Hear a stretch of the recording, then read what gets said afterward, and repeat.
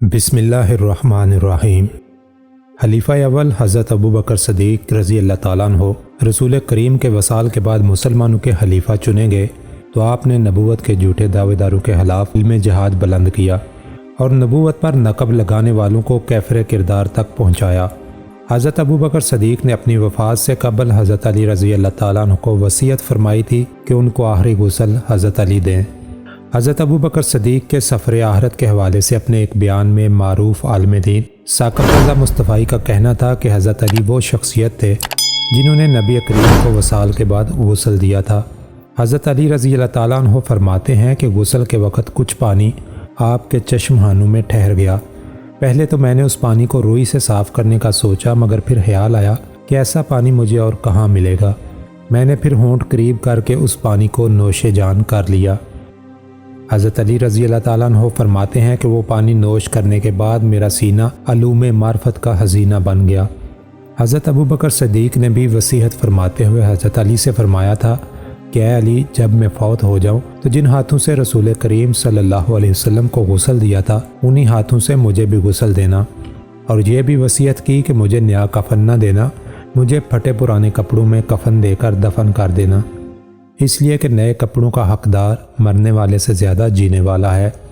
फिर फरमाया कि जनाजा पढ़ने के बाद मेरे जिसद हक़ी को उठाकर रोज़ा रसूल के पास ले जाना और अर्ज़ करना, या रसूलल्लाह सल्लल्लाहु अलैहि वसल्लम, ये अबू बकर है। अगर उधर से हाज़िरी का कोई इशारा मिल जाए तो फिर हजूर के कदमों में दफन कर देना, वरना जहाँ बाकी मुसलमानों को दफनाया जाता है यानी जन्नतुल बकी में, फिर मुझे भी वहाँ दफन कर देना। हज़रत अनस बिन मालिक रज़ी अल्लाह ताला अन्हु से रवायत है कि जब आपका आखिरी वक़्त आया तो हज़रत अली भागते हुए आए और आपकी ज़ुबान मुबारक पर ये अल्फाज थे, इन्ना लिल्लाहि व इन्ना इलैहि राजिऊन, और आपने हज़रत अबू बकर के चेहरे से कपड़ा उठाया और ये अल्फाज कहे कि आज रसूलुल्लाह सल्लल्लाहु अलैहि वसल्लम की खिलाफत हमसे जुदा हो गई। इसके बाद हज़रत अबू बकर सदीक़ को गुस्ल दिया गया और गुस्ल देने के बाद आपका जनाजा पढ़ा गया और फिर मदीना अनवर की गलियों से घुमाकर रसूलुल्लाह सल्लल्लाहु अलैहि वसल्लम के रोज़ा मुबारक के सामने रख दिया गया। और ये अल्फाज हज़रत अनस के हैं। कहते हैं कि हम हाथ बांध कर खड़े हो गए, अर्ज़ की, या रसूलुल्लाह, ये हज़रत अबू बकर सदीक़ हैं, आपकी कुर्बत में दफन होने की इजाज़त मांग रहे हैं।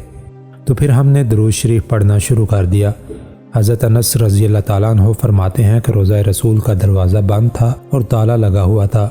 अचानक ताला खुला और फिर कुंडी भी खुल गई और दरवाज़ा खुल गया और अंदर से आवाज़ आई कि दोस्त को दोस्त से मिला दो, जो पहले ही से दोस्त का इंतज़ार कर रहा है।